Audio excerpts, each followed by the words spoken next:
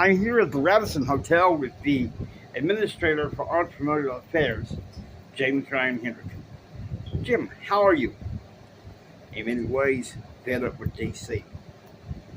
Jim, the U.S. House has asked you to testify before the committee on July 8th regarding the Small Business Protections Act. Is it true that you have agreed to compromise to let Congress add faith-based initiatives to that bill, as long as the original language is intact? Now, the Speaker has agreed that the original language is to be uh, intact. Now, there's no guarantee that anything will be like that in the Senate, considering Senator Cordell Wheeler's ambivalence toward it.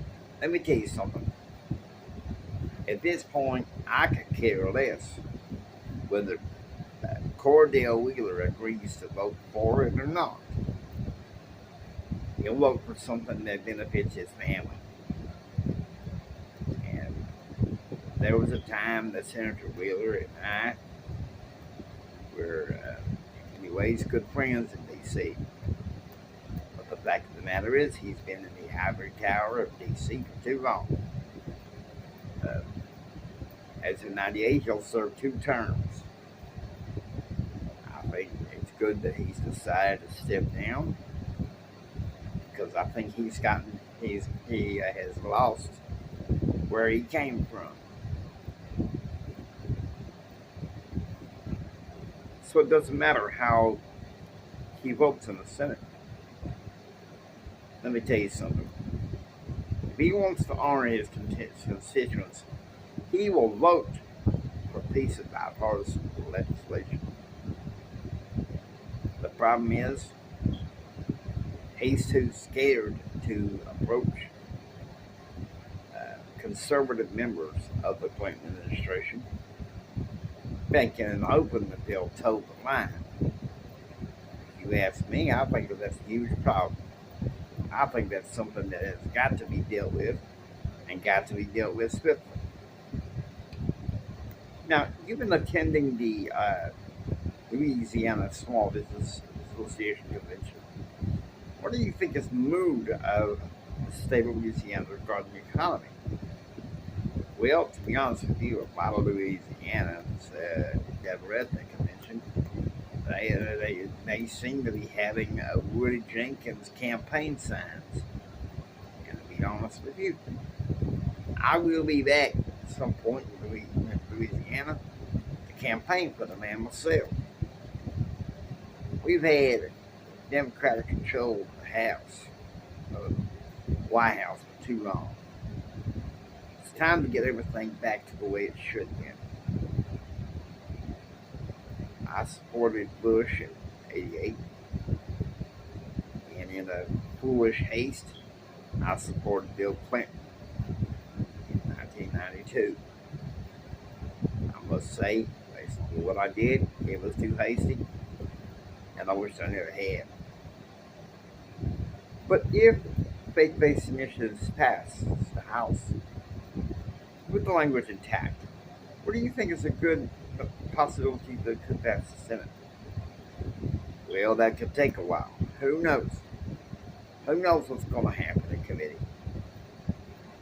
Um, they say that the projected earnings for this quarter they were good and promising at this point, but there appears to be a slump. I believe there appears to be a slump because, well, let's face it,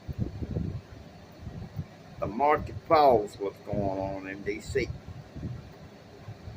And if you ask me, I think it's idiotic that Clinton's numbers have plunged because so far the numbers for late June it's the slowest amount of economic growth. Now, can I say that economic growth in this country has tanked? No. But I don't think the president has done enough to fix the economy. Now, if both houses pass the Small Business Protection Act, a little partisan wrangling, I think there's a chance that Bill Clinton will sign it, thus possibly saving his neck. But you haven't decided yet whether or not to support Bob Dole. Not that I can really blame you. I'm going to say this. I'm going to qualify this. Bob Dole is a weak nominee. He has catered too much to moderates and to some Democrats, and I don't think he has what it takes to sit in the White House. Needless to say, I got to say neither is Bill Clinton. When do you plan to make your decision on who you support?